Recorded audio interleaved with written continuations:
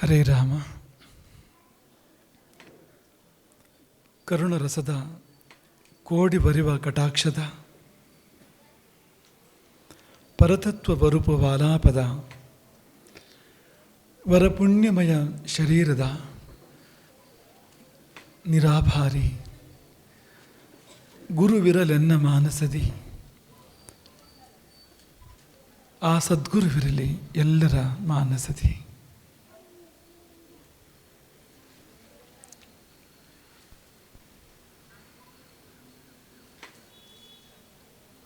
ಶಾರದಾ ಶಾರದಾಂಭೋಜ ವದನಾಂಬುಜೆ ಸರ್ವದಾಸ್ಮಾಕಂ ಸನ್ನಿಧಿ ಕ್ರಿಯಾತ್.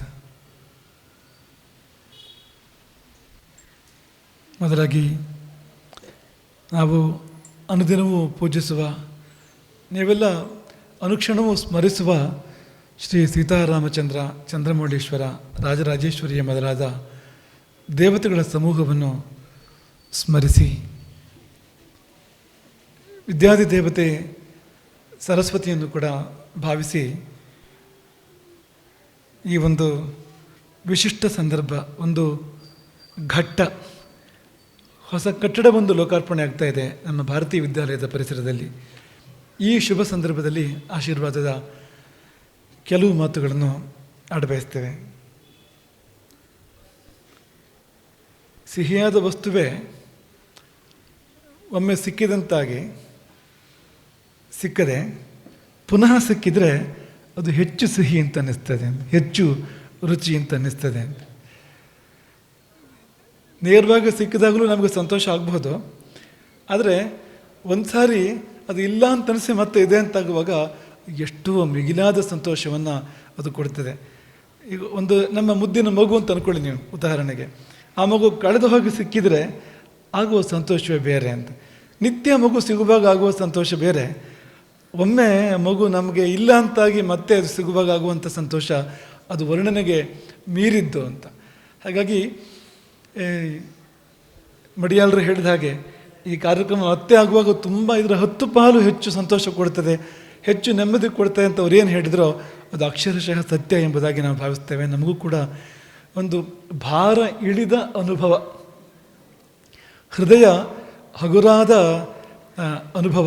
ಶಾರದಕ್ಕ ಅಂದೇ ನಾವು ಇಲ್ಲಿ ಪ್ರವೇಶ ಮಾಡುವಾಗಲೇ ಹೇಳಿದ ಮಾತು, ಇದು ಕನಸೋ ನನಸೋ ಅಂತ. ಬಾಯಲ್ಲಿ ಹೇಳಿದ ಮಾತ್ರ ಅಲ್ಲ, ಒಂದು ಸರ್ತಿ ಚಿವುಟಿ ನೋಡ್ಕೊಂಡ್ಲು ಅಂತ, ಇದು ನಿಜವೋ ಅಲ್ಲವೋ ಅಂತ. ಅಂದರೆ ಬಹುಶಃ ಅವತ್ತೇ ನಾವು ಬಂದಿದ್ದರೆ ಈ ಸಂದರ್ಭ ಇರ್ತಿರಲಿಲ್ಲ ಅಂತ ಅಂದ್ಕೊಳ್ತೇವೆ ನಾವು, ಈ ಭಾವ ಇರ್ತಿರಲಿಲ್ಲ ಅಂತ ಅಂದ್ಕೊಳ್ತೇವೆ. ನಮಗೂ ತುಂಬ ಒಂದು ನೆಮ್ಮದಿಯಾಗಿದೆ, ತುಂಬ ಸಂತೋಷ ಆಗಿದೆ. ಈ ಕಾರ್ಯಕ್ರಮ ಕೊನೆಗೂ ನೆರವೇರಿತು, ತುಂಬ ಚೆನ್ನಾಗಿ, ತುಂಬ ಒಳ್ಳೆಯ ರೀತಿಯಿಂದ ನೆರವೇರಿತು. ಅವತ್ತಿನ ಸಂದರ್ಭ ಹೇಗಿತ್ತು ಅಂದರೆ, ಶಿವಮೊಗ್ಗದಿಂದ ಬೆಂಗಳೂರಿಗೆ ಬರೋದು ಹೇಗೆ ಅಂತ ಅವತ್ತಿನ ಸಂದರ್ಭ. ಇವತ್ತಿನ ಸಂದರ್ಭ ಹೇಗೆ ಅಂದರೆ, ಗೋಕರ್ಣದಿಂದ ಮಂಗಳೂರಿಗೆ ಹೋಗಿ ಬದಿಯಡ್ಕಕ್ಕೆ ಹೋಗಿ, ಅಲ್ಲಿಂದ ಕಲ್ಲಿಕೋಟೆಗೆ ಹೋಗಿ, ಗುರುವಾಯೂರಿಗೆ ಹೋಗಿ, ಗುರುವಾಯೂರಿಂದ ಈ ರೋಡಿಗೆ ಬಂದು, ಈ ರೋಡಿಂದ ಇಲ್ಲಿಗೆ ಬರೋದು ಇವತ್ತಿನ ಸಂದರ್ಭ ಅಂತ. ಅಂದರೆ ಅವತ್ತು ಇಷ್ಟು ಸಾಧ್ಯ ಆಗದೇ ಇದ್ದಿದ್ದು ಇವತ್ತು ಇಷ್ಟು ಸಾಧ್ಯ ಆಗಿದೆ ಅಂತ, ಅದರ ನಂತರ ಅಂತ. ಆ ವ್ಯತ್ಯಾಸವನ್ನು ನಾವು ಈ ಸಮಯದಲ್ಲಿ ನೆನಪು ಮಾಡಿಕೊಳ್ಳುವಂಥದ್ದು. ಶಾಲೆ ಬಗ್ಗೆ ಹೇಳೋದಾದರೆ, ನಮ್ಮನ್ನು ಯಾರೋ ಬೆಳೆಸಿದ್ದಾರೆ, ಆ ಋಣ ಹೇಗೆ ತೀರಿಸಬೇಕು? ನಾವು ಯಾರನ್ನಾರು ಬೆಳೆಸಬೇಕು. ನಮ್ಮನ್ನು ಯಾರು ಬೆಳೆಸಿದ್ರೋ ಅವರನ್ನು ನಾವು ಬೆಳೆಸುವಂತಿಲ್ಲ, ಈಗಾಗಲೇ ಬೆಳೆದವರು ಅವರು, ಹಾಗಾಗಿ ನಮ್ಮನ್ನು ಬೆಳೆಸಿದ್ದಾರೆ ಅಂತ.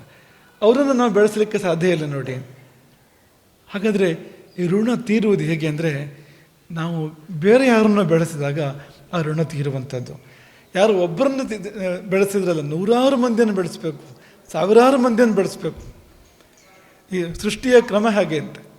ಒಂದು ಬೀಜ ತಿರುಗಿ ಒಂದೇ ಬೀಜವನ್ನು ಕೊಡೋದಿಲ್ಲ ಅಂತ. ಒಂದು ಬೀಜ ವೃಕ್ಷ ಆದರೆ ಒಂದೇ ಬೀಜವನ್ನು ಕೊಡ್ತದ?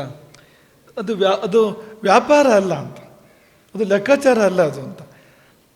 ನಾನು ಒಂದು ಬೀಜವಾಗಿ ಹುಟ್ಟಿದ್ದೆ, ನನಗೊಂದು ಬೀಜವನ್ನು ಕೊಡಲಾಯಿತು, ನಾನು ಹೀಗಾದೆ, ನಾನು ತಿರುಗಿ ಒಂದು ಬೀಜವನ್ನು ಕೊಡ್ತೇನೆ ಅಂತ ಲೆಕ್ಕ ಹಾಕೋದಿಲ್ಲ ಅದು. ಅದರ ಬದಲಿಗೆ ಸಾವಿರ ಬೀಜಗಳನ್ನು ಅದು ಕೊಡ್ತದೆ. ಭೂಮಿಯನ್ನೆಲ್ಲ ಮುಚ್ಚಬಹುದು ಅಷ್ಟು ಬೀಜಗಳನ್ನು ಅದು ಕೊಡ್ತದೆ ನೋಡಿ. ಹಾಗೆ ನಮಗೆ ಯಾರೋ ವಿದ್ಯೆ ಕೊಟ್ಟರು, ನಮಗೆ ಯಾರೋ ತಿಳುವಳಿಕೆ ಕೊಟ್ಟರು, ನಮಗೆ ಯಾರೋ ಅನ್ನ ವಸ್ತ್ರ ಕೊಟ್ಟರು, ನಮ್ಮನ್ನು ಬೆಳೆಸಿದರು. ಇಲ್ದಿದ್ರೆ ನಾವು ಇಲ್ಲಿವರೆಗೆ ಹೇಗೆ ಬರ್ತಾ ಇದ್ವು? ಒಂದು ವೇಳೆ ಯಾರೂ ನಮ್ಮ ಕೈ ಹಿಡಿದೇ ಇದ್ದಿದ್ರೆ, ಯಾರೂ ನಮ್ಮನ್ನು ಪ್ರೀತಿ ಮಾಡದೇ ಇದ್ದಿದ್ರೆ, ನಮ್ಮ ಹಿತವನ್ನು ಬಯಸ್ತಾ ಇದ್ದಿದ್ರೆ ಇಲ್ಲಿವರೆಗೆ ನಾವು ಹೇಗೆ ಬರ್ತಾ ಇದ್ವು ಅಂತ. ಆ ಋಣ ಪ್ರತಿಯೊಬ್ಬನಿಗಿದೆ. ಅದಿಲ್ಲದೆ ಇರೋನು ಯಾರೂ ಇಲ್ಲ, ಪ್ರತಿಯೊಬ್ಬನಿಗಿದೆ. ಎಲ್ಲಿವರೆಗೆ ಅಂದರೆ ಯಾರೋ ಒಬ್ಬ ಅವತಾರ ಪುರುಷ ಬಂದರೂ ಕೂಡ ಅವನಿಗೂ ಆ ಋಣ ಇದೆ. ರಾಮನೇ ಹೇಳಿದ್ದಾನೆ, ವಸಿಷ್ಠರು ಅಯೋಧ್ಯೆಗೆ ಹಿಂದಿರುಗು ಅಂತ ಒತ್ತಾಯ ಮಾಡಿದಾಗ, ಚಿತ್ರಕೂಟಕ್ಕೆ ಬಂದು ಒತ್ತಾಯ ಮಾಡಿದಾಗ ರಾಮ ಹೇಳಿದ ಮಾತು ಅದು, ಗುರುಗಳೇ, ತಂದೆ ತಾಯಿ ಋಣವನ್ನು ತೀರ್ಸೋಕ್ಕೆ ಸಾಧ್ಯ ಇಲ್ಲ ಅಂತ. ಯಥಾಶಕ್ತಿ ಪ್ರಧಾನೇನ ಸ್ನಾಪನಾಚ್ಛಾದನೇನ ಚ. ಅವ್ನು ನೆನ್ಪಡ್ಕೊಡ್ತಾನೆ ರಾಮ, ನನಗೆ ನಮ್ಮ ತಂದೆ ತಾಯಿ ಸ್ನಾನ ಮಾಡಿಸಿಲ್ವಾ ನಾನು ಚಿಕ್ಕ ವಯಸ್ಸಲ್ಲಿ, ಬಟ್ಟೆ ಹಾಕಿಲ್ವಾ, ಊಟ ಕೊಟ್ಟಿಲ್ವಾ ಅಂತ. ಅವ್ರಿಗೆ ನಾನು ಏನು ಕೊಡ್ತೇನೆ? ಕೊನೆ ಪಕ್ಷ ಅವರೊಂದು ಮಾತನ್ನು ನಡೆಸ್ತೇನೆ, ಅವಕಾಶ ಕೊಡಿ ಅಂತ ವಸಿಷ್ಠರನ್ನು ರಾಮ ಕೇಳ್ತಾನೆ. ಅಂದರೆ ದೇವರೇ ಬಂದರೂ ಕೂಡ ದೇವರಿಗೂ ಆ ಋಣ ಇದೆ ಅಂತಾಯಿತು ಅಂತ. ಅಂದಮೇಲೆ ನಮ್ಮ ಪಾಡೇನು ಅಂತ. ಹಾಗಾಗಿ ನಾವೆಲ್ಲರೂ ಶಾಲೆಗೆ ಸೇವೆ ಮಾಡಬೇಕು ಅಂತ. ಯಾರು ಕೆಲವರು ಸಮಿತಿ ಸದಸ್ಯರಾಗಿರ್ಬೋದು, ಇನ್ಯಾರೋ ದಾನಿಗಳಾಗಿರ್ಬೋದು, ಇನ್ಯಾರೋ ಪಾಠ ಮಾಡ್ತಾ ಇರ್ಬೋದು, ಮತ್ತಾರು ಇನ್ನೇನೋ, ಈಗ ನಮ್ಮ ಆರ್ ಎಸ್ ಹೆಗಡೆ ಅಂಥವ್ರು, ಕಲಗಲ್ ಅಂಥವ್ರು, ಅವರ ಒಂದು ಪರಿಣತಿಯನ್ನು ದಾರಿ ಇರಿಬೋದು. ಅಂತೂ ಪ್ರತಿಯೊಬ್ಬನೂ ಕೂಡ ತನ್ನದಾದ ಸೇವೆಯನ್ನು ಇಂಥ ಸಂಸ್ಥೆಗಳಿಗೆ ಮಾಡಬೇಕು. ಯಾಕೆಂದರೆ ಮುಂದಿನ ಪೀಳಿಗೆ ಬರಬೇಕು. ನಮ್ಮ ದೇಶದ ಸ್ಥಿತಿ ಏನಂದರೆ ಮುಂದಿನ ಪೀಳಿಗೆಯೇ ಕ್ಷೀಣ, ಮತ್ತು ಆ ಪೀಳಿಗೆಗೆ ಸಂಸ್ಕಾರ ಸಿಗಬೇಕಾಗಿದೆ. ಆ ಪೀಳಿಗೆಗೆ ತನ್ನ ಪರಿಚಯ, ತನ್ನ ದೇಶದ ಪರಿಚಯ, ಪರಂಪರೆಯ ಪರಿಚಯ ಆಗಬೇಕಾಗಿದೆ. ಆಗ್ತಾ ಇಲ್ಲ, ಅದು ಒಳ್ಳೆ ರೀತಿಯಿಂದಂತೂ ಆಗ್ತಾ ಇಲ್ಲದು. ಹೀಗಿರುವಾಗ ಇದು ಬಹುಶಃ ಆದ್ಯ ಕರ್ತವ್ಯ ಎಂಬುದಾಗಿ ನಾವು ಭಾವಿಸ್ತೇವೆ. ವಿದ್ಯಾಭ್ಯಾಸ ಎನ್ನುವಂಥದ್ದು ಮೊದಲ ಕರ್ತವ್ಯ ಎಂಬುದಾಗಿ ನಾವು ಭಾವಿಸ್ತೇವೆ. ಹಾಗಾಗಿ ಎಲ್ಲರೂ, ನೀವು ಯಾರೆಲ್ಲ ಇಲ್ಲಿ ಇವತ್ತು ಬಂದು ಸೇರಿದ್ದೀರಿ, ಅಥವಾ ಇನ್ಯಾರು ಇಲ್ಲಿ ಬರಲಿಕ್ಕೆ ಆಗಿಲ್ಲ, ಅನೇಕರು ದೊಡ್ಡ ದೊಡ್ಡ ಸೇವೆ ಮಾಡಿದವರಿಗೆ ಬರಲಿಕ್ಕೆ ಆಗಿಲ್ಲ, ಇವತ್ತು ನಿಮಗೆಲ್ಲ ನಾವು ಹೇಳೋದಿದೆ, ಸೇವೆ ಮಾಡಿ. ನಾವು ನಿಮಗೆ ಯಾರು ಸೇವೆ ಮಾಡಿದರೂ ತುಂಬ ಧನ್ಯವಾದ ಹೇಳಬೇಕು ಅಂತ ನಮಗೆ ಅನಿಸೋದಿಲ್ಲ ಅಂತ. ಯಾಕೆಂದರೆ ನಿಮಗೊಂದು ಅವಕಾಶ ಇದು ಅಂತ. ಒಂದು ಒಳ್ಳೆ ಕೆಲಸ ನಡೆಯುವಾಗ ಭಾಗಿಯಾಗಲಿಕ್ಕೆ ಸಾಧ್ಯ ಆಯಿತು ನೋಡಿ ಅಂತ. ಈ ಮಾತು ಅದನ್ನು ಬೇರೆ ರೀತಿ ತೊಗೊಳ್ಬೇಡಿ, ಅದನ್ನು ಒಳ್ಳೆ ರೀತಿಯಲ್ಲಿ ತಗೊಳ್ಳಿ. ಒಂದು ಧನ್ಯವಾದ ಕೂಡ ಹೇಳೋದಿಲ್ವಾ ಅನ್ನೋ ರೀತಿ ತಗೊಳ್ಬೇಕಾಗಿಲ್ಲ ಇದನ್ನು. ಯಾಕೆಂದರೆ ಧನ್ಯವಾದ ಯಾರಿಗೆ ಹೇಳೋದು? ಹೇಳೋದಾದರೆ ಮಕ್ಕಳು ಹೇಳಬೇಕು, ಮತ್ತು ಎಲ್ಲ ದೊಡ್ಡವರೇನೆ, ಅವ್ರು ಯಾರೂ ಕಲಿತಾ ಇಲ್ಲ, ಇಲ್ಲಿ ಶಾಲಾ ಉಪಯೋಗ ನೇರ ತಗೊಳ್ತಾ ಇಲ್ಲ ಯಾರೂ ಕೂಡ, ಮಕ್ಕಳು ತಗೊಳ್ತಾ ಇರೋವಂಥವ್ರು. ಅವರಿಗೆ ಇನ್ನು ಧನ್ಯವಾದ ಹೇಳುವಂಥ ವಯಸ್ಸು, ಮನಸ್ಸು, ಪರಿಸ್ಥಿತಿಗಳು ಯಾವುದೂ ಬಂದಿಲ್ಲ, ಅವ್ರು ಬೆಳಿಬೇಕು ಇನ್ನೂ ಕೂಡ. ಹಾಗಾಗಿ ನೋಡಿ, ದೇವರು ನಮಗೆ ಉಂಡು ಉಟ್ಟು ಮಾಡುವುದಕ್ಕಿಂತ ಹೆಚ್ಚೇನೋ ಕೊಟ್ಟ ಅಂದರೆ ಅದು ನಮ್ಮ ಸಲುವಾಗಿ ಅಲ್ಲ ಅಂತ ಅರ್ಥ. ಅದಕ್ಕೆ ನಮ್ಮದೆಷ್ಟು ಅಂದರೆ ಊಟದ ಖರ್ಚು, ತಿಂಡಿಯ ಖರ್ಚು, ನಾವು ಬಟ್ಟೆ ಉಡ್ತೇವೆ ಅದ್ರ ಖರ್ಚು, ನಮ್ಮ ಜೀವನ ಯಾಪನೆ ಮಾಡಲಿಕ್ಕೆ ಎಷ್ಟು ಬೇಕೋ ಅಷ್ಟು ದೇವರು ನಮಗೆ ಕೊಟ್ಟಿದ್ದು. ಉಳಿದಿದ್ದು ಬೇರೆಯವರ ಸಲುವಾಗಿ ನಮಗೆ ಕೊಟ್ಟಿದ್ದದು, ಇನ್ನೊಬ್ಬರ ಸಲುವಾಗಿ ನಮಗೆ ಕೊಟ್ಟಿದ್ದದು. ಅದು ಇನ್ನೊಬ್ಬರಿಗೆ ಸೇರದೇ ಇದ್ದರೆ ಋಣ ನಮಗೆ ಉಳಿತದೆ ಅಂತ. ನಾವೇನು ಮಾಡ್ತೇವೆ? ನಾವು ಎಷ್ಟು ಊಟ ಮಾಡ್ಬೋದು, ಎಷ್ಟು ಬಟ್ಟೆ ತೊಡ್ಬೋದು. ಹಾಗಾಗಿ ಕೊಟ್ಟು ಹಗುರಾಗುವಷ್ಟು ಸುಖ ಬೇರೆ ಯಾವುದರಲ್ಲಿ ಕೂಡ ಇಲ್ಲ ಅಂತ. ಶಾಲೆ ಒಂದು ಕರ್ತವ್ಯ, ಅದು ಆಭಾರ ಮನ್ನಣೆ ಮಾಡಬೇಕು, ಧನ್ಯವಾದ ಹೇಳಬೇಕು. ಆದರೆ ನಮಗೆ ಆಲೋಚನೆ ಮಾಡುವಾಗ ನಮಗೆ ಹೀಗೆ ಅನ್ನಿಸ್ತದೆ, ನಿಮ್ಮದು ಎಷ್ಟು ಒಳ್ಳೆಯ ಅವಕಾಶ, ನಿಮ್ಗೆ ಒಂದು ಯೋಗ ನಿಮಗಿದು ಎನ್ನುವ ಹಾಗೆ ನಮಗೆ ಅನಿಸೋಂಥದ್ದು. ಈ ಮೋಡಗಳು ನೋಡಿ, ಅದು ತಾವು ಬರಿದಾಗುವವರೆಗೂ ಮಳೆ ಸುರಿಸ್ತವೆ ಅವು ಅಂತ. ಭಾಗವತದಲ್ಲಿ ಒಂದು ಕಡೆ ಒಂದು ಮಾತು ಬರ್ತದೆ, ಕಾರ್ಮೋಡ ಬಿಳಿ ಆಗೋದು ಯಾವಾಗ ಅಂದರೆ ಪೂರ್ತಿ ನೀರು ಚೆಲ್ಲಿ ಬರದಾಗಬೇಕು, ತನ್ನಲ್ಲಿ ಏನಿದೆಯೋ ಅದೆಲ್ಲವನ್ನು ಚೆಲ್ಲಿ ಬರದಾದ ಮೇಲೆ ಕರಿಮೋಡ ಬಿಳಿದಾಗ್ತದೆ ಅಂತ. ಹಾಗೆ ನಾವು ಕೂಡ ಅಂತ, ನಾವು ಕರಿಮೋಡದಾಗಿದ್ದವರು ನಾವು ಬೆಳ್ಳಿ ಮೋಡದಂತೆ ಯಾವಾಗ ಆಗ್ತೇವೆ ಅಂದರೆ ಎಲ್ಲ ಏನೇನು ಕೊಡೋದು ಸಾಧ್ಯವೋ ಅದೆಲ್ಲ ಕೊಟ್ಟು ನಾವು ಬರೆದಾದಾಗ ಬೆಳ್ಳಿ ಮೋಡದಂತೆ ಆಗ್ತೇವೆ ನಾವು ಅಂತ. ಹಾಗಾಗಿ ಈ ಕೊಡುವಿಕೆ ಅನ್ನೋದು ಅದೊಂದು ಯೋಗ, ಸದವಕಾಶ ಎಂಬುದಾಗಿ ನಾವು ಭಾವಿಸುವಂಥದ್ದು. ಹಾಗಾಗಿ ನಿಮಗೆಲ್ಲ ತುಂಬ ಪ್ರೀತಿಯ ಆಶೀರ್ವಾದಗಳು. ಬನ್ನಿ, ಒಟ್ಟಿಗೆ ಮುಂದಕ್ಕೆ ಹೋಗೋಣ. ಈ ಶಾಲೆಯನ್ನು ಇನ್ನಷ್ಟು ಎತ್ತರಕ್ಕೆ, ಇನ್ನಷ್ಟು ಬಿತ್ತರಕ್ಕೆ ನಾವು ಬೆಳೆಸೋಣ ಅಂತ. ಅದರರ್ಥ ಸಮಾಜವನ್ನು ಬೆಳೆಸೋಣ ಅಂತ, ಅದರರ್ಥ ಮುಂದಿನ ಪೀಳಿಗೆಯನ್ನು ನಾವು ಬೆಳೆಸೋಣ ಅಂತ. ಅಲ್ಲೇನು ಭೇದ ಭಾವ ಏನೂ ಇಲ್ಲ, ಎಲ್ಲ ಮಕ್ಕಳು ಮಕ್ಕಳೇ. ಈಗ ಹಸುಗಳು ಅಂತಂದರೆ ಈ ನಮ್ಮನೆ ಹಸುವಲ್ಲಿ ಮಾತ್ರ 33 ಕೋಟಿ ದೇವತೆಗಳಿದೆ, ಪಕ್ಕದ ಮನೆ ಹಸುವಲ್ಲಿ ಇಲ್ಲ ಅಂತ ಹೇಳೋಕ್ಕಾಗತ್ತಾ ಅಂತ. ಗೋವು ಅಂದರೂ ಗೋವೇ, ಅದು ಪಕ್ಕದ ಮನೆಯದಾಗಲಿ ಪಕ್ಕದ ಊರಿಂದಾಗಲಿ, ಗೋವು ಅಂದರೂ ಗೋವೇ ಅಂತ. ಕಂಡು ಕೊಡಲಿಕ್ಕೆ ಕೊಡುವ ಗೌರವವನ್ನು ಕೊಡು, ನೀ ಮಾಡುವಂಥದ್ದನ್ನ ಮಾಡುವಂತಲೇ. ಈಗ ಮಕ್ಕಳು ಕೂಡ ಹಾಗೆ ಅಂತ. ಮಕ್ಕಳೆಲ್ಲ ಮಕ್ಕಳೇ ಅಂತ, ಎಲ್ಲರ ಮಕ್ಕಳು ನಮ್ಮ ಮಕ್ಕಳೇ ಅಂತ ಆ ಭಾವ ಒಂದು ಬರ್ತದೆ ನೋಡಿ ಇಲ್ಲಿ ಅಂತ. ಇಂಥ ಜಾಗದಲ್ಲಿ ಬರ್ತದೆ. ನೀವು ನಿಮ್ಮ ಮನೇಲಿದ್ದಾಗ ನಿಮ್ಮ ಮಗು ಮಾತ್ರ ಮಗು, ಬೇರೆ ಮಕ್ಕಳೆಲ್ಲ ಮಕ್ಕಳಲ್ಲ. ಆದರೆ ಶಾಲೆಗೆ ಬಂದಾಗ ಎಲ್ಲರ ಮಕ್ಕಳು ನನ್ನ ಮಕ್ಕಳು ಅಂತ ಅನಿಸುವಂಥ ಸಂದರ್ಭ ಇದು. ಶಾಲೆಯಲ್ಲಿ ಯಾರು ಶಿಕ್ಷಕರ ಕೆಲಸ ಮಾಡ್ತಾರೆ ಅಥವಾ ಶಾಲೆಯಲ್ಲಿ ಯಾರು ವ್ಯವಸ್ಥೆಯರ ಕೆಲಸ ಮಾಡ್ತಾರೆ, ಅವರಿಗೆ ಎಲ್ಲ ಮಕ್ಕಳು ಕೂಡ ಮಕ್ಕಳೇ.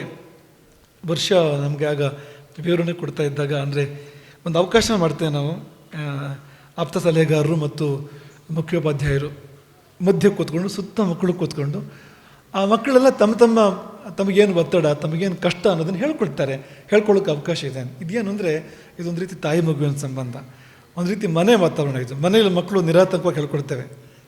ಹಾಗೆ ಶಾಲೆಯಲ್ಲಿ ಹೇಳ್ಕೊಳಕ್ಕೆ ಬರಬೇಕು ಅವರು. ಶಾಲೆಯಲ್ಲಿ ಅವ್ರಿಗೆ ಹೇಳ್ಕೊಳಕ್ಕೆ ಬರದೇ ಇದ್ದರೆ ಶಾಲೆ ಸರಿ ಇಲ್ಲ ಅಂತ ಅರ್ಥ. ಅದಕ್ಕೆ ಅವರಿಗೆ ತಮ್ಮ ಕಷ್ಟ ಹೇಳ್ಕೊಳಕ್ಕೆ ಆಗ್ತಾ ಇಲ್ಲ ಅಂತಂದರೆ ಏನೋ ಬಿಗಿ ಇದೆ ಅಂತ, ಏನೋ ಕಟ್ಟಿದೆ, ತೊಂದರೆ ಇದೆ ಅಂತ ಅರ್ಥ. ಅದಕ್ಕೆ ಹಾಗೆ ಆಗಬಾರ್ದು. ಮತ್ತು ಶಾಲೆ ಬಗ್ಗೆ ನಾವು ಯಾವಾಗಲೂ ನೆನಪು ಮಾಡ್ಕೊಳ್ತೇವೆ. ಒಂದು ಉದಾಹರಣೆಯನ್ನು, ಶಾಲೆ ಗಂಟೆ ಹೊಡೆದು ಕೂಡಲೇ ಮಕ್ಕಳು ಓಡಬಾರ್ದು ಅಂತ. ಶಾಲೆಗೆ ಬರುವಾಗ ಮಕ್ಕಳು ಖುಷಿಯಿಂದ ಬರಬೇಕು ಅಂತ. ಅಂದರೆ ಬರುವಾಗ ಓಡಾಡಿ ಬರಬೇಕು, ಹೋಗುವಾಗ ಮೆಲ್ಲ ಹೋಗಬೇಕು.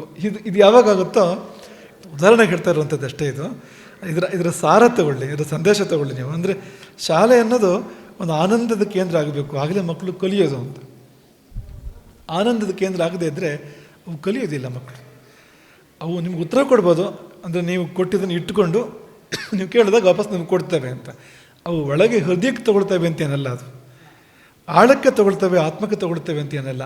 ಅದು ತೊಗೊಳ್ಳೋದು ಯಾವಾಗ ಅಂದರೆ ಪ್ರೀತಿಯಿಂದ ನೀವು ಕೊಟ್ಟರೆ ಅದು ತಗೊಳ್ತೇವೆ. ಪ್ರೀತಿಯಿಂದ ಕೊಡದೇ ಇದ್ದರೆ ಹೃದಯಕ್ಕೆ ಹೋಗೋದಿಲ್ಲ. ಹೃದಯದ ಹೊರಪದದಲ್ಲಿ ಇಲ್ಲೊಂದು ಕಡೆ ಒಂದು ಈ ಕಿಸೆ ಹಾಗೆ ಒಂದೇನೋ ಒಂದಿದೆ, ಅಲ್ಲಿ ಇಟ್ಕೊಳ್ತೇವೆ, ಅದನ್ನು ಕಕ್ಕುತ್ತೇವೆ. ಸಂದರ್ಭ ಬಂದಾಗ, ಪರೀಕ್ಷೆ ಬಂದಾಗ ಕಕ್ಕೋದು ಹೊರತು ಅದು ಆತ್ಮಸಾತ್ ಆಗಿರೋದಿಲ್ಲ ಅಂತ, ಜೀವನಕ್ಕೆ ಇಳಿದಿರೋದಿಲ್ಲ ಅಂತ. ಹಾಗಾಗಿ ಜ್ಞಾನಾನಂದಮಯೀ ಶಿಕ್ಷಾ ಅಂತ. ಶಿಕ್ಷಣ ಅಂದರೆ ಅಲ್ಲಿ ಜ್ಞಾನ ಆನಂದ ಎರಡೂ ಇರಬೇಕು. ಕೇವಲ ಜ್ಞಾನ ಶುಷ್ಕ ಅದು ಅಂತ. ಜ್ಞಾನವೇ ಹೋದಾದರೂ ಕೂಡ ತಗೊಳ್ಳೋಕ್ಕೆ ಆಗೋದಿಲ್ಲ ಅದನ್ನು ಅಂತ, ಜ್ಞಾನವನ್ನು ಅಂತ. ತಗೊಳ್ಳೋಕ್ಕಾಗಬೇಕು ಅಂದರೆ ಅದು ಆನಂದ ಸೇರಬೇಕು. ಅದಕ್ಕೆ ಈ ಜೇನಿನಲ್ಲಿ ಔಷಧ ಬೆರೆಸಿಕೊಟ್ಟ ಹಾಗೆ ಅಂತ ಮಕ್ಕಳು ಕಕ್ಕಿ ಬಿಡ್ತೇವೆ ನೋಡಿ. ನೀವು ಸುಮ್ಮನೆ ಔಷಧನ ಬಾಯಿಗೆ ಹಾಕಿರಿ ಕಕ್ಕಿ ಬಿಡ್ತೇವೆ ನಾವು. ಅದೇ ನೀವು ಜೇನಿನ ಜೊತೆ ಸೇರಿಸಿಕೊಟ್ರೆ ಖುಷಿಯಿಂದ ಅದನ್ನು ಸ್ವೀಕಾರ ಮಾಡ್ತೇವೆ. ಹಾಗಾಗಿ ಯಾವ ಶಿಕ್ಷಕನಿಗೆ ಆನಂದದ ಜೊತೆಗೆ ಮಕ್ಕಳಿಗೆ ಜ್ಞಾನವನ್ನು ಕೊಡೋಕ್ಕೆ ಬರ್ತದೋ ಅವನು ಮಾತ್ರ ನಿಜವಾದ ಶಿಕ್ಷಕ. ಉಳಿದವರೆಲ್ಲ ಪಾಠ ಹೇಳೋರು ಅಷ್ಟೇ ಹೊರತು ಅವ್ರು ಶಿಕ್ಷಕರಲ್ಲ. ಇಂಥ ವಾತಾವರಣ ಶಾಲೆಯಲ್ಲಿ ಬೇಕು. ನಮಗದು ನೆನಪಾಗ್ತಾ ಇತ್ತು ಈ ಸಂಗತಿಯನ್ನು ಕೇಳಿದಾಗ. ಹಾಗೆ ನಮ್ಮ ಶಾಲೆ ತುಂಬ ಚೆನ್ನಾಗಿದೆ, ತುಂಬ ಒಳ್ಳೆಯ ವಾತಾವರಣ ಇದೆ. ಹಾಗಾಗಿ ಅಪೇಕ್ಷೆ ಇದೆ ಶಾಲೆ ಬಗ್ಗೆ. ಒಂದು ಶಾರದಕ್ಕ ಹೇಳಿದಾಗೆ, ಈಗ ನೋಡಿ ಕೆಲವು ಸಾರಿ ಒಳ್ಳೆ ಶಬ್ದಗಳು ಕೆಟ್ಟ ಶಬ್ದಗಳಾಗೋದುಂಟು, ಕೆಟ್ಟ ಶಬ್ದ ಒಳ್ಳೆಯ ಶಬ್ದ ಆಗೋದುಂಟು. ಈಗ ಶಾಲೆ ಮುಚ್ಚಿದೆ ಅನ್ನೋದು ಒಳ್ಳೆ ಶಬ್ದ ಆಗುತ್ತೆ. ಯಾವಾಗ ಅಂದರೆ ಅಷ್ಟು ಶಾಲೆಗೆ ಬೇಡಿಕೆ ಇದ್ದಾಗ. ಪ್ರವೇಶ ಮುಚ್ಚಿದೆ ಅಂತ, ಪ್ರವೇಶ ಇಲ್ಲ ಅಂತ, ಅಂದರೆ ತುಂಬಿ ತುಳುಕಿದೆ ಅಂತ ಅರ್ಥ ಅದಕ್ಕೆ ಅಂತ.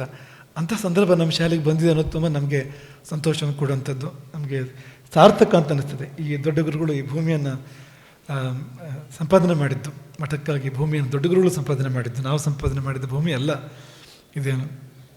ಕೆಲವು ಕಾಲ ಹಾಗೆ ಇತ್ತದು, ಅವ್ರ ಕಾಲದಲ್ಲೂ ಹಾಗೆ ಇತ್ತು, ನಮ್ಮ ಕಾಲದಲ್ಲೂ ಆರಂಭದಲ್ಲಿ ಹಾಗೆ ಇತ್ತು. ಆಮೇಲೆ ಏನಾದ್ರು ಮಾಡಬೇಕು ಅಂತ ಅನ್ನೋ ಸಂದರ್ಭ ಬಂತು. ಏನು ಮಾಡೋದು ಅಂದರೆ ನಮಗೆ ಹಣ ಬರುವಂಥದ್ದು ಏನಾದ್ರು ಮಾಡೋ ಮನಸ್ಸು ಇಲ್ಲ ನಿಜವಾಗಿ ಹೇಳಬೇಕು ಅಂದರೆ. ಒಂದು ವೇಳೆ ಮಾಡಿದರೂ ಕೊನೆಗೆ ಅದು ಬೇರೆ ಏನೋ ಆಗಿಬಿಡ್ತದೆ. ಗೋಕರ್ಣದಲ್ಲಿ ಅಂಥದ್ದೊಂದು ಪ್ರಕಲ್ಪ ಅದು ನಡೆದು ಕೊನೆಗೆ ಮತ್ತೆ ಶಾಲೆಯಾಗಿ ಪರಿವರ್ತನೆ ಆಯಿತು ಅಂತ. ಮಠದ ಯೋಗಾವಳಿಯೇ ಆಗಿದೆ ಅಂತ. ಇಲ್ಲಿ ಕೊಡುವ ಯೋಗವೇ ಇರುವಂಥದ್ದು ಬರುವ ಯೋಗಕ್ಕಿಂತ. ಯೋಜನೆಗಳಂತೂ ಹಾಗಿರೋದೇ ಇಲ್ಲ. ಹಾಗಾಗಿ ಏನು ಮಾಡೋದು ಅಂದರೆ ಶಾಲೆ ಮಾಡೋದು ಅಂತ ಅನ್ನುವಾಗಲೇ ಶಾರದೆ ಬಂದು ಎದುರು ನಿಂತಳು ನೋಡಿ, ಶಾಲೆ ಮಾಡೋದು ಅಂತ ಅನ್ನುವಾಗಲೇ ಒಂದು ಮಂತ್ರಕ್ಷತೆ ಕೊಟ್ಟು ನಮ್ಮ ಶಾರದಕ್ಕನಿಗೆ. ಅದು 25 ವರ್ಷದ ಹಿಂದಿನ ಕಥೆ ಅದು ಅಂತ.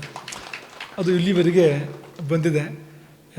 ನಿಜವಾಗಲೂ ಹೌದು. ಮುಂಬೈಯಿಂದ ಇಲ್ಲಿ ಬಂದು ಇಲ್ಲಿ ಶಿಲಾನ್ಯಾಸವನ್ನು ಮಾಡಿ ಪುನಃ ಮುಂಬೈಗೆ ಹೋಗಿದ್ದೆ ನಾನು. ಬೆಳಗಿನ ಪೂಜೆ ಮುಗಿಸಿ ಇಲ್ಲಿ ಬಂದು ಶಿಲಾನ್ಯಾಸ ಮಾಡಿ ಸಂಜೆ ಪೂಜೆಗೆ ಮುಂಬೈಗೆ ಹೋಗಿದ್ದು. ಮತ್ತೆ ಇಂಥ ಸಂದರ್ಭ ಈಗಾದರೂ ಆಗ್ತಿರಲಿಲ್ಲ, ಅದು ಯಾವ ಕಾರಣಕ್ಕೂ ಸಾಧ್ಯ ಇರಲಿಲ್ಲ. ಆವತ್ತು ಅದು ನಡೆದೋಗಿದೆ ಆಗೋ. ಹಾಗಾಗಿ ಇಷ್ಟೆಲ್ಲ ಮಾಡಿದ್ದು ಸಾರ್ಥಕ ಎಂಬ ಭಾವ ನಮಗೆ ಬರ್ತಾ ಇದೆ. ಆದರೆ ನಿಮಗೆ ನಾವು ಹೇಳೋದು ಈ ರಾಮನಿಗೆ ದಶರಥ ಹೇಳಿದಾಗೆ ಅಂತ. ದಶರಥ ರಾಮನಿಗೆ ಯುವರಾಜ್ಯ ಪಟ್ಟಾಭಿಷೇಕವನ್ನು ಕೊಡುವಾಗ, ನೀನೇನು ಮುಂದೆ ರಾಜ ಅಂತ ಹೇಳುವಾಗ ಭೂಯೋ ವಿನಯ ಮಾತಿಷ್ಟ ಅಂತ ಹೇಳ್ತಾನೆ. ಹಾಗಂದರೆ ನೀನು ಈಗಲೇ ವಿನಯವಂತ, ನೀನು ಇನ್ನೂ ವಿನಯವಂತ ಆಗುವಂಥ ಇನ್ನು ತುಂಬ ಚೆನ್ನಾಗಿ ನಡೆಸ್ತಾ ಇದ್ದೀರಿ, ಚೆನ್ನಾಗೇ ನಡೆಸ್ತಾ ಇದ್ದೀರಿ, ಇನ್ನೂ ಚೆನ್ನಾಗಿ ನಡೆಸಿ. ನಾವು ಮತ್ತೆ ಹೇಳೋಕ್ಕೆ ಸಾಧ್ಯವ? ಇಷ್ಟಕ್ಕೆ ಸಾಕು ಅಂತ ಹೇಳೋಕ್ಕೆ ಸಾಧ್ಯವ? ಹಾಗೆ ಹೇಳೋಕ್ಕೆ ಸಾಧ್ಯ ಇಲ್ಲ ನೋಡಿ ಅಂತ. ಈ ಬೇರೆ ಎಲ್ಲ ಕಡೆ ಅಂಥದ್ದೆಲ್ಲ ಇದೆ, ನೀವು ಊಟ ಮಾಡುವಾಗ ಇಷ್ಟಕ್ಕೆ ಸಾಕು ಅಂತ ಒಂದು ಎಲ್ಲೊಂದು ಕಡೆ ನಿಲ್ಲಿಸ್ಬೇಕಾಗ್ತದೆ. ಇದು ಆ ಥರ ಅಲ್ಲ ಅಂತ. ಎಷ್ಟು ಸಿಹಿ ಆದರೂ ಮತ್ತು ಸಿಹಿ ಸೇರಬಹುದು, ಅಲ್ಲಿ ಸೇರೋಕ್ಕೆ ಅವಕಾಶ ಇದೆ.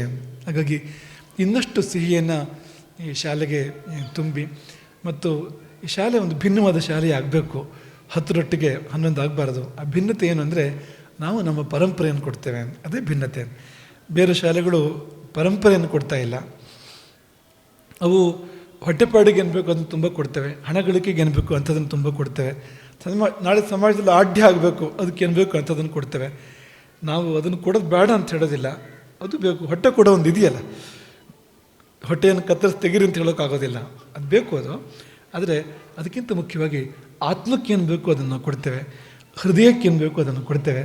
ಮತ್ತು ಈ ದೇಶ ಯಾವುದಕ್ಕೆ ಪ್ರಸಿದ್ಧವೋ, ಈ ದೇಶದ ಯಾರೂ ಕೊಡದಿರೋದನ್ನೆಲ್ಲ ಕೊಟ್ಬಿಟ್ಟಿದೆ, ಯಾರೂ ಅನ್ವೇಷಣೆ ಮಾಡದಿರೋದೆಲ್ಲ ಅನ್ವೇಷಣೆ ಆಗಿದೆ ಈ ದೇಶದಲ್ಲಿ. ಅಂಥದ್ದನ್ನೆಲ್ಲ ನಾವು ಮಕ್ಕಳಿಗೆ ಕೊಡುವಂತೆ ಆದಾಗ ತುಂಬ ಅರ್ಥವತ್ತಾಗಿ ನೀವು ಮಾಡ್ತಿರೋ ಶ್ರಮ ಇದೆಯಲ್ಲ, ನೀವುಗಳೆಲ್ಲ ಶ್ರಮ ಮಾಡ್ತಾಯಿದ್ದೀರಿ, ನೀವೆಲ್ಲ ತ್ಯಾಗ ಮಾಡ್ತಾಯಿದ್ದೀರಿ, ನೀವೆಲ್ಲ ಸೇವೆ ಮಾಡ್ತಾಯಿದ್ದೀರಿ. ಆ ಸೇವೆ ಹೆಚ್ಚು ಸಾರ್ಥಕ, ಹೆಚ್ಚು ಅರ್ಥವತ್ತಾಗುವಂಥದ್ದು ಎಂಬುದಾಗಿ ನಾವು ಭಾವಿಸುವಂಥದ್ದು ಆಗಲಿ. ಶಾಲೆ ಬೆಳೀಲಿ, ಕಟ್ಟಡವೂ ಬೆಳೆಯಲಿ, ಶಿಕ್ಷಕರ ಸಂಖ್ಯೆಯೂ ಬೆಳೆಯಲಿ, ಮಕ್ಕಳೂ ಬೆಳೆಯಲಿ, ಮಕ್ಕಳ ಸಂಖ್ಯೆ ಬೆಳೀಲಿ. ಅದಕ್ಕಿಂತ ಹೆಚ್ಚಾಗಿ ಮಕ್ಕಳಲ್ಲಿ ಜ್ಞಾನ ಬೆಳೀಲಿ ಮತ್ತು ಸಂಸ್ಕಾರ ಬೆಳೀಲಿ ಎಂಬುದಾಗಿ ನಾವು ಭಾವಿಸ್ತೇವೆ. ಮಕ್ಕಳಿಗೆ ಒಂದು ಬಾಳೆಗೊನೆ ಕೊಟ್ಟು ನಾವೀಗ ಇಲ್ಲಿ ಹೊರಗೆ ಬರುವಾಗ ಒಂದಷ್ಟು ಮಕ್ಕಳು ಅಲ್ಲಿ ಒಳಗೆ ನಮ್ಗೆ ಸಿಕ್ಕಿದ್ರು. ಇವತ್ತು ಭಾನುವಾರ ಅಲ್ಲ, ಮಕ್ಕಳು ಬಂದರೂ ನಮ್ಗೆ ತುಂಬ ಸಂತೋಷ ಪಡ್ತು. ಭಾನುವಾರ ಬಂದಿದ್ದಾರೆ ಮಕ್ಕಳು ಅಂತ. ಶನಿವಾರ ಬಂದಿದ್ದಾರೆ ಮಕ್ಕಳು, ರಜೆ ಸಮಯದಲ್ಲೂ ಕೂಡ ಬಂದಿದ್ದಾರೆ, ತಮಗೆ ತುಂಬ ಸಂತೋಷ ಆಯಿತು. ಈಗಾಗಲೇ ಭಾನುವಾರಕ್ಕೆ ಹೋಗ್ತಾ ಇದ್ದೆ ನಾವು, ಶನಿವಾರದಿಂದ. ಆಗ ಮಕ್ಕಳಿಗೆಲ್ಲ ಹಣ್ಣು ಕೊಡೋದು ಅಂತಾಯಿತು. ಏನು ಹಣ್ಣು ಕೊಡೋದು ಅಂತ ಎಲ್ಲ ಚರ್ಚೆ ಬಂತು. ಕೊನೆಗೆ ಒಂದು ಬಾಳೆಗೊನೆ ಇದೆ ಕೊಟ್ಬಿಡೋಣ, ಒಟ್ಟಿಗೆ ಕೊಡೋದು ಅಂತ ತೀರ್ಮಾನ ಮಾಡಿತು. ಯಾಕೆಂದರೆ ಒಬ್ಬೊಬ್ಬರಿಗೆ ಬೇರೆ ಕೊಟ್ಟು ನಾವು ಯಾಕೆ ಹಿಸೆ ಮಾಡೋದು ಅಂತ ಹೇಳ್ತಾರಲ್ಲ, ಪಾಲು ಮಾಡೋದು, ಅದು ಮಾಡೋದಕ್ಕಿಂತ ಒಟ್ಟಿಗೆ ಕೊಡೋದು, ಅವರೇ ಹಂಚ್ಕೋಬೇಕು ಅದನ್ನು ಅಂತ. ಹಾಗಾಗಿ ಬಾಳೆಗೊನೆ ಕೊಡುವಾಗ ಒಂದು ವಾಕ್ಯ ಹೇಳಿದ್ರು ನಾವು ಆ ಸಮಯದಲ್ಲಿ. ಇದೇನು ಅಂದರೆ ಏನು ಅಂತ ಕೇಳಿದ್ವು. ಇದು ಬಾಳೆಹಣ್ಣು ಅಂತ ಹೇಳಿದ್ರು ಮಕ್ಕಳು. ಒಂದು ಸ್ವಲ್ಪ ಬಿಡಿಸಿ ಹೇಳಿ ಅಂತ. ಬಾಳೆ ಹಣ್ಣು ಅಂತ ಹಾಗಾಗಬೇಕು ಅಂತ. ಬಾಳು ಕಾಯಿ ಆಗಬಾರ್ದು, ನಮ್ಮ ಬಾಳೆ ಅಂದರೆ ನಮ್ಮ ಬದುಕೇ ಹಣ್ಣಾಗಬೇಕು ಅಂತ. ಅದಕ್ಕೆ ಬೇಕಾದ ಸಂಸ್ಕಾರ ಶಿಕ್ಷಣ ನಮಗಿಲ್ಲಿ ಸಿಗಬೇಕು ಅಂತ. ಕಾಯಿಗೂ ಹಣ್ಣಿಗೂ ಏನು ವ್ಯತ್ಯಾಸ ಅಂದರೆ, ಕಾಯಿ ಕಠಿಣ, ಹಣ್ಣು ಮೃದು ಅಂತ. ನಾವು ಜೀವನದಲ್ಲಿ ಹಣ್ಣಾದವು ಅನ್ನೋದಕ್ಕೆ ಲಕ್ಷಣ ಏನಂದರೆ, ನಮ್ಮಲ್ಲಿ ಮೃದುತ್ವ ಬಂತು ಅಂತಂದ್ರೆ ನಾವು ಹಣ್ಣಾದವು ಅಂತ ಅರ್ಥ ಅದಕ್ಕೆ ಅಂತ. ನಾವು ತುಂಬ ಕಠಿಣವಾಗಿದ್ದೇವೆ ಅಂತಂದರೆ ಹಣ್ಣಾಗಿಲ್ಲ ಅಂತ. ಹಾಗೆ ಕಾಯಿಗೂ ಹಣ್ಣಿಗೂ ಇನ್ನೊಂದು ವ್ಯತ್ಯಾಸ ಏನಂದರೆ, ಹಣ್ಣು ಮಧುರ ಅಂತ, ಕಾಯಿ ಒಗರು, ಹಣ್ಣು ಮಧುರ ಅಂತ. ನಾವು ಇನ್ನೂ ಒಗರಾಗಿದ್ದೇವೆ ಅಂದರೆ ನಾವು ಹಣ್ಣಾಗಿಲ್ಲ ಅಂತ ಅರ್ಥ ಅದಕ್ಕೆ ಅಂತ. ನಾವು ಯಾವಾಗ ಮಧುರ ಆಗ್ತೇವೆ, ಎಲ್ಲರಿಗೂ ನಾವು ಮಧುರ ಅಂತ ಅನ್ನಿಸ್ಬೇಕು. ನಮ್ಮಲ್ಲಿ ಯಾರು ಮಾತಾಡ್ತಾರೆ, ನಮ್ಮಲ್ಲಿ ಯಾರು ಒಡನಾಡ್ತಾರೆ, ಯಾರು ನಮ್ಮ ಸಂಪರ್ಕಕ್ಕೆ ಬರ್ತಾರೆ, ಅವರಿಗೆಲ್ಲ ಮಧುರತೆಯ ಅನುಭವ ಬರಬೇಕು. ಅದು ಬಂತು ಅಂದರೆ ನಾವು ಹಣ್ಣಾಗಿದ್ದೇವೆ ಅಂತ ಅರ್ಥ ಅಂತ. ಹಾಗಾಗಿ ಬಾಳೆಹಣ್ಣು, ಈಗ ಮಾವಿನ ಹಣ್ಣು ಅಂತ ಹೇಳಿದಾಗೆ ಇದನ್ನ ಬಾಳೆಹಣ್ಣು ಅಂತ ಯಾಕೆ ಹೇಳ್ತಾರೆ ಅಂತ. ಈ ಬಾಳೆಯ ಹಣ್ಣು ಅನ್ನೋದು ಸಂಕ್ಷಿಪ್ತವಾಗಿ ಬಾಳೆ ಅಂತಾಗಿದೆ ತನ್ನಿ. ಅದಕ್ಕಿಂತ ಹೆಚ್ಚಾಗಿ ಬಾಳೆ ಹಣ್ಣು ಹೀಗಾಗುವಂತೆ ನಾವು ಮಕ್ಕಳನ್ನು ಸಿದ್ಧಪಡಿಸ್ಬೇಕು, ಮಕ್ಕಳ ಮನಸ್ಥಿತಿಯನ್ನು ಸಿದ್ಧಪಡಿಸ್ಬೇಕು. ಮುಂದೊಂದು ದಿನ ಅವರು ಎಷ್ಟು ವರ್ಷ ಆದರೂ ಕಾಯಿಯಾಗಿ ಇರ್ತಾರೆ ಅಂದರೆ ಏನು ಉಪಯೋಗ ಇಲ್ಲ ಅಂತ. ಅವರು ಈ ಶಾಲೆಯಿಂದ ಹೊರಗೆ ಹೋಗುವಾಗಲೇ ಹಣ್ಣಾಗಿರಬೇಕು ಅಂತ. ಅವರಷ್ಟು ಮಧುರಾಗಿರಬೇಕು, ಅಷ್ಟು ಮೃದುವಾಗಿರಬೇಕು, ಅವರು ಅಷ್ಟು ವಿನಯ. ಶಾಸ್ತ್ರ ಹೇಳೋದೇನೆಂದರೆ, ವಿದ್ಯೆ ಬಂತು ಅನ್ನೋದಕ್ಕೆ ಕುರುಹು ಏನಂದರೆ ವಿನಯ ಬಂದಿರಬೇಕು ಅವನಲ್ಲಿ ಅಂತ. ಈ ವಿನಯ ಬರಲಿಲ್ಲ ಅಂದರೆ ಅವನಿಗೆ ವಿದ್ಯೆ ಬಂದಿಲ್ಲ ಅಂತ ಅರ್ಥ ಅದಕ್ಕೆ. ಹಾಗೆ ವಿದ್ಯಾ ದದಾತಿ ವಿನಯಂ ಪಂಕ್ತಿ ಇರುವಂಥದ್ದು. ವಿದ್ಯೆ ವಿನಯವನ್ನು ಕೊಡುತ್ತೆ, ಅದು ಬಂದಿಲ್ಲ ಅಂದರೆ ವಿದ್ಯೆ ಬಂದಿಲ್ಲ ಅಂತ ಅರ್ಥ ಅದಕ್ಕೆ ಅಂತ. ಅವನಿಗೆ ಶಿಕ್ಷಣ ಅಂದರೆ ಇವತ್ತಿನ ಕಾಲದ ಎಜುಕೇಷನ್ ಅದು ಬಂದಿರ್ಬೋದು, ಬೇಕಾದ್ರೆ ಒಂದಷ್ಟು ಅಕ್ಷರ ಬಂದಿರ್ಬೋದು ಅವನಿಗೆ. ಆದರೆ ನಿಜವಾದ ವಿದ್ಯೆ ಬಂದರೆ ಅವನು ತಲೆ ಬಾಗ್ತಾನ, ಅವನಿಗೆ ಸೌಜನ್ಯ ಬರುತ್ತೆ, ಅವನಿಗೆ ಹೃದಯ ವೈಶಾಲ್ಯ ಬರುತ್ತೆ, ಅವನು ಇನ್ನೊಬ್ಬರು ನೋಯಿಸೋದಿಲ್ಲ ಪಕ್ಕನೆ, ಅವನು ಗರ್ವದ ಪರ್ವತ ಆಗೋದಿಲ್ಲ, ಅವನು ತುಂಬ ವಿನೀತನಾಗ್ತಾನೆ ಅಂತ, ರಾಮನ ಹಾಗೆ ಅಂತ. ವಿದ್ಯೆಯ ಲಕ್ಷಣ ಅದು ಅಂತ. ಇವತ್ತು ನಾವು ವಿದ್ಯಾ ಮದವನ್ನು ಕಾಣ್ತೇವೆ. ಅವನಿಗೆ ವಿದ್ಯಾಭ್ಯಾಸ ಒಂದು 2-3 ಅವನಿಗೆ ಪದವಿಗಳು ಅವನಿಗೆ ಬಂತು ಅಂದರೆ ನೆಟ್ಟಗೆ ನಿಲ್ತಾನೆ, ಅವನು ಎದೆ ಉಬ್ಬಿಸ್ತಾನೆ, ತಲೆ ಎತ್ತುತ್ತಾನೆ. ಅವನು ಯಾರು ಬಂದರೂ ತಲೆ ಬಗ್ಸೋದಿಲ್ಲ. ತಂದೆ ತಾಯಿ ಅಜ್ಜ ಅಜ್ಜಿ ಹಿರಿಯರು ಗುರುಗಳು ಯಾರು ಬಂದರೂ ತಲೆ ಬಗ್ಸೋದಿಲ್ಲ. ಅವನು ನೆಲವೇ ಕಾಣಿಸೋದಿಲ್ಲ. ಯಾಕೆಂದರೆ ನೆಲ ಕಾಣಿಸ್ಬೇಕಾದ್ರೆ ಬಾಗಬೇಕು ಅಂತ. ಬಾಗಿದ್ರೆ ನೆಲ ಕಾಣಿಸುತ್ತೆ ಅಂತ, ಬಾಗದಿದ್ರೆ ನೆಲವೇ ಕಾಣಿಸೋದಿಲ್ಲ ಅಂತ. ನೆಲ ಥರ ನಡಿಬೇಕು ನಾವು, ಆಕಾಶದಲ್ಲಿ ನಡೆಯೋಕ್ಕೆ ಸಾಧ್ಯ ಇಲ್ಲ ಅಂತ. ಹಾಗಾಗಿ ಇಂಥ ಶಿಕ್ಷಣವನ್ನು, ಅಂದರೆ ಯಾವ ಶಿಕ್ಷಣ ವ್ಯಕ್ತಿತ್ವವನ್ನು ನಿರ್ಮಾಣ ಮಾಡುತ್ತೋ, ಮನುಷ್ಯ ಬದಲಾಗಬೇಕು ಅಂತ, ಅಂಥ ಶಿಕ್ಷಣವನ್ನು ನಾವು ಕೊಡಬೇಕು. ಅದಕ್ಕೇನು ಮಾಡಬೇಕು ಅಂದರೆ, ಈ ಶಿಕ್ಷಕರಾದವರು ಅಥವಾ ಶಾಲೆಯಲ್ಲಿ ಯಾರು ವ್ಯವಸ್ಥೆಯಲ್ಲಿ ಇರ್ತಾರೆ ಅವರು ತಮ್ಮನ್ನು ತಾವು ಕೊಟ್ಕೋಬೇಕು ಅಂತ. ಹಾಗಂದ್ರೆ ಏನು ಅಂದರೆ, ಏನು ಮನೆ ಆಸ್ತಿ ಮಾರಾಟ ಮಾಡಬೇಕಂದ್ರೆ ಅದೆಲ್ಲ ಏನು ಮಾಡಬೇಕಾಗಿಲ್ಲ. ಅದನ್ನೇ ಚಿಂತಿಸಬೇಕು ಯಾವಾಗಲೂ ಅಂತ. ಹಗಲು ഇരുಳು, ಎದ್ದಾಗ ಕೂತಾಗ ಊಟ ಮಾಡುವಾಗ ಇನ್ನೊಂದು ಸಂದರ್ಭದಲ್ಲಿ ಏನು ಮಾಡ್ಬೋದು ಅಂತ, ಏನು ಮಾಡಿದರೆ ಮಕ್ಕಳು ಇನ್ನೂ ಒಳ್ಳೆಯವರಾಗ್ತಾರೆ ಅಂತ, ಏನು ಮಾಡಿದರೆ ಮಕ್ಕಳಿಗೆ ಒಂದು ಒಳ್ಳೆ ಸಂಸ್ಕಾರ ಬರ್ತದೆ, ಒಳ್ಳೆ ವ್ಯಕ್ತಿತ್ವ ಬರ್ತದೆ ಅನ್ನೋದನ್ನು ನಿಂತಲ್ಲಿ ಕೂತಲ್ಲಿ ಚಿಂತಿಸೋಕೆ ಸಾಧ್ಯ ಆದರೆ ಆಗ ಮಕ್ಕಳು ಬಂಗಾರ ಆಗಿಬಿಡ್ತಾರೆ, ಬಾಳೆ ಹಣ್ಣು ಅನ್ನೋ ಥರ ಆಗ್ತಾರೆ ಮಕ್ಕಳು. ಇಲ್ಲದಿದ್ದರೆ ಅವರು ಕಾಯಿ ಆಗಿರ್ತಾರೆ ಹೊರತು. ಕಾಯಿ ಅಂದ್ರೇನು, ಅವ್ರನ್ನ ಯಾರು ಕಾಯಬೇಕು ಅಂತ, ಕಾಯಿ ಅನ್ನೋದು ಸಂಬೋಧನೆ ಅಂದರೆ ಇನ್ನೊಬ್ಬರಿಗೆ ಹೇಳ್ತಾ ಇರೋದು ಕಾಯಿ ರಕ್ಷಣೆ ಮಾಡು ಅಂತ ಹೇಳ್ತಾ ಇರುವಂಥದ್ದು ಅಂತ. ಅಂಥ ಪರಿಸ್ಥಿತಿಯಲ್ಲಿ ಇರ್ತಾರೆ ಯಾವಾಗಲೂ ಕೂಡ ಅವರು ಅಂತ. ಹಾಗಾಗಿ ಶಿಕ್ಷಕರಲ್ಲಿ ಅಂಥ ಸ್ಫೂರ್ತಿ ಚಿಮ್ಮಲಿ ಎಂಬುದಾಗಿ ನಾವು ಹಾರೈಸುವಂಥದ್ದು. ಅವರಿಗೆ ಮನೆಗೆ ಹೋದ್ಮೇಲೂ ಮಕ್ಕಳು ನೆನಪಾಗಬೇಕು, ರಾತ್ರಿ ಮಲಗಿದ ಮೇಲೂ ಸ್ವಪ್ನದಲ್ಲಿ ಮಕ್ಕಳು ಬರಬೇಕು, ಬೆಳಗ್ಗೆ ಎದ್ದು ಅವರಿಗೆ ಕಾಫಿಗಿಂತ ಮೊದಲು ಮಕ್ಕಳು ನೆನಪಾಗಬೇಕು. ಇವತ್ತು ಮಕ್ಕಳಿಗೆ ಏನು ಹೇಳ್ಕೊಡ್ಬೋದು, ಏನು ಮಾಡ್ಬೋದು, ಯಾವ ಥರ ಮಕ್ಕಳನ್ನ ಇನ್ನೂ ಅವರು ಖುಷಿಯಾಗಿರೋ ಹಾಗೆ, ಇನ್ನೂ ಅವರು ಒಳ್ಳೆಯವರಾಗೋ ಥರ ಮಾಡ್ಬೋದು ಅಂತ ಹೋದಲ್ಲಿ ಬಂದಲ್ಲಿ ನೆನಪಾಗೋ ಥರ. ಆದರೆ ಒಂದು ಗೀಳು ಹತ್ತಿದರೆ, ಇನ್ನೂ ಸರಿಯಾಗಿ ಹೇಳಬೇಕು ಅಂದರೆ ಆ ಕಲಿಸುವ ಗೀಳು ಹತ್ತಿದರೆ ಬೇಡ, ಹುಚ್ಚು ಹಿಡಿದ್ರೆ ಇದೊಂದು ಹುಚ್ಚೋದು, ಕಲಿಸುವುದು ಅನ್ನೋದೊಂದು ಹುಚ್ಚೋದು ಅಂತ. ಆ ಹುಚ್ಚಿನ ಥರ ಹಿಡಿದ್ರೆ, ಹುಚ್ಚು ಅದನ್ನೇ ಯಾವಾಗಲೂ ಹೇಳ್ತಾ ಇರ್ತಾನಲ್ಲ, ಅದನ್ನೇ ಆಲೋಚನೆ ಮಾಡ್ತಾ ಇರ್ತಾನೆ, ಅದನ್ನೇ ಹೇಳ್ತಾ ಇರ್ತಾನೆ. ಆ ಥರ ಹಿಡಿದ್ರೆ ಈ ಶಾಲೆ, ಒಂದು ಶಾಲೆ ಸಾಕು ಇಡೀ ದೇಶವನ್ನು ಬದಲು ಮಾಡೋದಕ್ಕೆ. ಒಬ್ಬ ಶಂಕರಾಚಾರ್ಯ ಇಲ್ಲಿಂದ ಬಂದರೆ, ಈ ಶಾಲೆಯಿಂದ ಒಬ್ಬ ಚಾಣಕ್ಯ ಬಂದರೆ, ಒಬ್ಬ ಶ್ರೀರಾಮ ಬಂದರೆ ಇಡೀ ದೇಶವೇ ಬದಲಾಗುತ್ತೆ ಅಂತ. ಅದಕ್ಕೇನೋ ಸಾವಿರಾರು ಮಂದಿ, ಲಕ್ಷಾಂತರ ಮಂದಿನ ಬದಲು ಮಾಡಬೇಕು ಅಂತಿಲ್ಲ ನಾವು. ಒಂದೇ ಒಂದು ವ್ಯಕ್ತಿತ್ವ ಅಂಥದ್ದು ಹೊರಗೆ ಬಂದರೆ ದೇಶವೇ ಬದಲಾಗ್ಬೋದು, ವಿಶ್ವವೇ ಬದಲಾಗ್ಬೋದು. ಅಂಥದ್ದು ನಮ್ಮ ಶಾಲೆ, ನಮ್ಮ ಗುರುಕುಲ ಅಂಥದ್ದು ಇದಾಗಲಿ ಎಂಬುದಾಗಿ ನಾವು ಆಶಿಸ್ತೇವೆ. ಅಂಥ ಹೃದಯ ಮನಸ್ಸುಗಳಿದೆ ಇಲ್ಲಿ, ಅಂಥ ಉದ್ದೇಶ ಭಾವನೆಗಳಿದೆ ಇಲ್ಲಿ. ನಾವು ಅದನ್ನು ಗುರುತಿಸಿದ್ದೇವೆ, ನಾವು ಅದನ್ನು ಕಂಡಿದ್ದೇವೆ. ಆದರೆ ಅದಕ್ಕೆ ಬೇಕಾದ ವಾತಾವರಣ, ಪೋಷಣೆ ಸಿಗುವಂತಾಗಬೇಕು. ನಮ್ಮ ಕೊಡುಗೆ ಇಲ್ಲಿ ತುಂಬ ಕಡಿಮೆ ಇರುವಂಥದ್ದಿಲ್ಲಿ, ನಮ್ಮ ಯೋಗದಾನ ತುಂಬ ಕಡಿಮೆ ಇರುವಂಥದ್ದಿಲ್ಲಿ. ಶಾರದಕ್ಕ ತುಂಬ ಪ್ರೀತಿಯಿಂದ ಹೇಳಿದ್ರು, ನಮಗೆ ಮುಟ್ಟುವಲ್ಲಿ ಮುಟ್ಟಿದೆ. ಅದೊಂದು ಗುರುಗಳು ಪ್ರತಿ ಚಾತುರ್ಮಾಸಕ್ಕೆ ಮಂತ್ರಕ್ಷತೆ ಕೊಟ್ಟಿದ್ದಾರೆ. ಅದು ತುಂಬ ಉಚ್ಚ ಭಾವನೆ ಅಂತ ಹೇಳ್ತಾ ಇರೋದು ಶಾರದಕ್ಕ. ಅದು ಅಂದರೆ ಅಷ್ಟರಿಂದಲೇ ಎಲ್ಲದೂ ಆಯಿತು ಅಂತ. ನಮಗನ್ಸೋದು ಏನೂ ಮಾಡಲೇ ಇಲ್ವಲ್ಲ ಅಂತ, ಇದಕ್ಕೆ ಅಂತ ಎಷ್ಟೆಲ್ಲ ಮಾಡ್ಬೋದಾಗಿತ್ತಲ್ಲ ಇನ್ನೂ ಕೂಡ ಈ ಶಾಲೆಗೆ, ಏನೂ ಮಾಡೋಕ್ಕಾಗಲಿಲ್ಲ ಅನ್ನೋ ನಮಗೆ ಭಾಸ ಆಗೋದು ಆ ಸಮಯದಲ್ಲಿ. ಆ ಅರ್ಥದಲ್ಲಿ ಶಾರದಕ್ಕ ಹೇಳಿದ್ದು ಅಂತಲ್ಲ, ಶಾರದಕ್ಕ ಹೇಳಿದ್ದು ತುಂಬ ಒಳ್ಳೆ ಭಾವದಲ್ಲಿ ಹೇಳಿರುವಂಥದ್ದು. ಅಷ್ಟು ಸಾಕಾಯಿತು ಅಂತ, ಮಂತ್ರಕ್ಷತೆ ಸಾಕಾಯಿತು, ಎಲ್ಲವೂ ಆಯಿತು ಅದರಿಂದ ಅಂತ. ಆದರೆ ನಮಗನ್ಸೋದು ನಾವು ತುಂಬ ಮಾಡಬೇಕಾಗಿತ್ತು. ಮಾಡೋಕ್ಕೇನೆಂದರೆ ಈ ಮಠದ ವಾತಾವರಣ ಕೂಡ ಹಾಗಾಗಬೇಕು. ಮಠದಲ್ಲಿ ಯಾರು ಪೀಠದಲ್ಲಿರ್ತಾರೋ ಅವರಿಗೆ ಬೋಧನೆಯೇ ಕೆಲಸ ಆಗಬೇಕು, ಬೇರೆ ಕೆಲಸ ಇರಬಾರ್ದು ಅವರಿಗೆ ಅಂತ, ಬೇರೆ ಪ್ರಮೇಯ ಇರಬಾರ್ದು ಅವರಿಗೆ ಅಂತ. ಬೋಧನೆಯೇ ಕಾರ್ಯ ಆದಾಗ ಶಂಕರಾಚಾರ್ಯರ ಥರ ಕೆಲಸ ಮಾಡೋಕ್ಕೆ ಸಾಧ್ಯ ಆಗುತ್ತೆ. ಅವರಿಗೆ ಬೇರೆ ಏನೂ ಇರಲಿಲ್ಲ ಶಂಕರಾಚಾರ್ಯರಿಗೆ, ಬೋಧನೆ ಮಾತ್ರ ಅಂತ. ಆದರೆ ಇವತ್ತು ಮಠಗಳ ವಾತಾವರಣ ಹೇಗಿದೆ ಅಂದರೆ ಎಲ್ಲವನ್ನೂ ಗುರುಪೀಠದಲ್ಲಿ ಇರುವವರೇ ನೋಡಬೇಕು ಅನ್ನೋ ಥರ ವಾತಾವರಣ ಇರ್ತದೆ ಅಷ್ಟೇ ಸರ್ತಿ.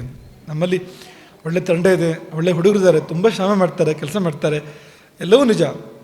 ಆದರೆ ಯಾವುದೇ ಮಠ, ನಮ್ಮ ಮಠ ಅಂತಾರೆ, ಯಾವುದೇ ಮಠ ಇರಬೇಕಾಗಿದೆ ಹೇಗೆ ಅಂದರೆ ಆ ಗುರುವಿಗೆ ಗುರು ಕಾರ್ಯ ಮಾತ್ರ ಅಂತ, ಬೋಧನೆ ಮಾತ್ರ ಅಂತ. ಅವನು ಸಾಧನೆ ಮಾಡಬೇಕು, ಅನುಷ್ಠಾನ ಮಾಡಬೇಕು, ಬೋಧನೆ ಮಾಡಬೇಕು ಅಂತ, ಉಳಿದಿದ್ದೆಲ್ಲ ಯಾರು ನೋಡಬೇಕು ಅಲ್ಲಿ. ಈ ವಾತಾವರಣ ಇದ್ದಾಗ 1000 ಪಾಲು ಹೆಚ್ಚು ಒಳ್ಳೆ ಕೆಲಸ ಆಗೋಕ್ಕೆ ಸಾಧ್ಯ ಇದೆ. ಈ ಶಾಲೆಗೆ ತುಂಬ ಸಮಯ ಕೊಡೋಕ್ಕೆ ಸಾಧ್ಯ ಇದೆ, ಈ ಶಾಲೆ ಜೊತೆ ತುಂಬ ಒಡನಾಡೋಕ್ಕೆ ಸಾಧ್ಯ ಇದೆ, ಮಕ್ಕಳ ಜೊತೆ ಕೂಡ ಒಡನಾಡೋಕ್ಕೆ ಸಾಧ್ಯ ಇದೆ. ಹಾಗಾಗಿ ಪರಿಷ್ಕಾರ ಮಠದಲ್ಲಿಯೂ ಆಗಬೇಕಾದಿದೆ ಅಂತ, ಇಲ್ಲಿಯೂ ಕೂಡ ಬೇಕಾದಷ್ಟಿದೆ ಅನ್ನೋದನ್ನು ನಾವು ಈ ಸಮಯದಲ್ಲಿ ನೆನಪು ಮಾಡಿಕೊಂಡು ಆಗಲಿ. ಶಾಲೆ ತುಂಬ ಭದ್ರವಾಗಿ ಬೆಳೀಲಿ. ಭದ್ರ ಅನ್ನೋ ಶಬ್ದಕ್ಕೆ ಸಂಸ್ಕೃತದಲ್ಲಿ ಮಂಗಲ ಅಂತ ಅರ್ಥ, ಕನ್ನಡದಲ್ಲಿ ಗಟ್ಟಿ ಅಂತ, ಸಂಸ್ಕೃತದಲ್ಲಿ ಶುಭ ಅಂತ ಅರ್ಥ, ಮಂಗಲ ಅಂತ ಅರ್ಥ. ಆ ರೀತಿಯಲ್ಲಿ ಈ ಶಾಲೆ ಬೆಳೀಲಿ, ತುಂಬ ಹಣತೆಗಳು ಹೊತ್ತಲಿ, ದೇಶ ಎಲ್ಲ ಬೆಳಗುವಷ್ಟು, ವಿಶ್ವ ಎಲ್ಲ ಬೆಳಗುವಷ್ಟು ಅಂಥ ಹಣತೆಗಳು ಇಲ್ಲಿಂದ ಹೊತ್ತಲಿ, ಇಲ್ಲಿಂದ ಸೂರ್ಯೋದಯ ಆಗಲಿ, ಇಲ್ಲಿಂದ ಹೊರಟ ಮಕ್ಕಳು ಸೂರ್ಯನ ಹಾಗೆ ದೇಶವನ್ನು ಬೆಳಗುವಂತೆ ಆಗಲಿ. ನಾವೆಲ್ಲ ಅದಕ್ಕೆ ನಮ್ಮ ಸರ್ವಸ್ವವನ್ನು ಧಾರೆ ಎರೆಯೋಣ. ನಾವು ತಪಸ್ಸು ಮಾಡೋಣ, ಇಲ್ಲಿ ನಾವು ಶ್ರಮ ಮಾಡೋಣ, ನಾವು ತ್ಯಾಗ ಮಾಡೋಣ. ಅದರ ಫಲವಾಗಿ ನಾಡಿಗೆ ಒಳ್ಳೆಯದಾಗಲಿ, ನಮ್ಮ ಶಾಲೆಯ ದ್ವಾರ, ಶಾಲೆಯ ಮಾಧ್ಯಮದಿಂದ ಎಂಬುದಾಗಿ ಈ ಸಮಯದಲ್ಲಿ ನಾವು ಹಾರೈಸುವಂಥದ್ದು. ನಿಮಗೆಲ್ರಿಗೂ ಒಳಿತಾಗಲಿ. ಈ ಮಹತ್ ಕಾರ್ಯಕ್ಕೆ ಯಾರೆಲ್ಲ ಕಾರಣಕರ್ತರಾಗಿದ್ದೀರಿ, ಯಾರೆಲ್ಲ ನಮಗೆಲ್ಲ ಅವಕಾಶ ಸಿಕ್ಕಿದೆ, ಸೇವೆ ಮಾಡೋ ಅವಕಾಶ ಸಿಕ್ಕಿದೆ, ನಿಮಗೆಲ್ಲ ಶುಭಾಶೀರ್ವಾದಗಳು. ಮತ್ತು ಈ ಶಾಲೆಗೆ ಸಂಬಂಧಪಟ್ಟಂಥ, ಶಾಲೆಯನ್ನು ಮುನ್ನಡೆಸುವಂಥ ಪ್ರತಿಯೊಬ್ಬರಿಗೂ ಕೂಡ ಮನದಾಳದ ಶುಭಾಶೀರ್ವಾದಗಳು. ಶಂಕರಾಚಾರ್ಯರ ಆ ದಿವ್ಯವಾದ ಗುರು ಪರಂಪರೆ ಮತ್ತು ಅವರು ಕೊಟ್ಟ ಎಲ್ಲ ದೇವತೆಗಳು ನಿಮ್ಮೆಲ್ಲರನ್ನ ಕರುಣೆಯಿಂದ ಮುನ್ನಡೆಸಿ ಇನ್ನಷ್ಟು ಮತ್ತಷ್ಟು ನಿಮ್ಮಿಂದ ಒಳ್ಳೆಯದಾಗುವಂತೆ ಮಾಡಲಿ. ಎಲ್ಲರಿಗೂ ಒಳ್ಳೆಯದಾಗಲಿ ಅಂತ ಪುಣ್ಯ ಆಗ್ತಿದೆ. ಹರೇ ರಾಮ. ಶ್ರೀಮದ್ ಜಗದ್ಗುರು ಶಂಕರಾಚಾರ್ಯ ಶ್ರೀಮದ್ ರಾಘವೇಶ್ವರ ಭಾರತಿ ಸ್ವಾಮಿ ಮಹಾರಾಜ್ ಕೀ.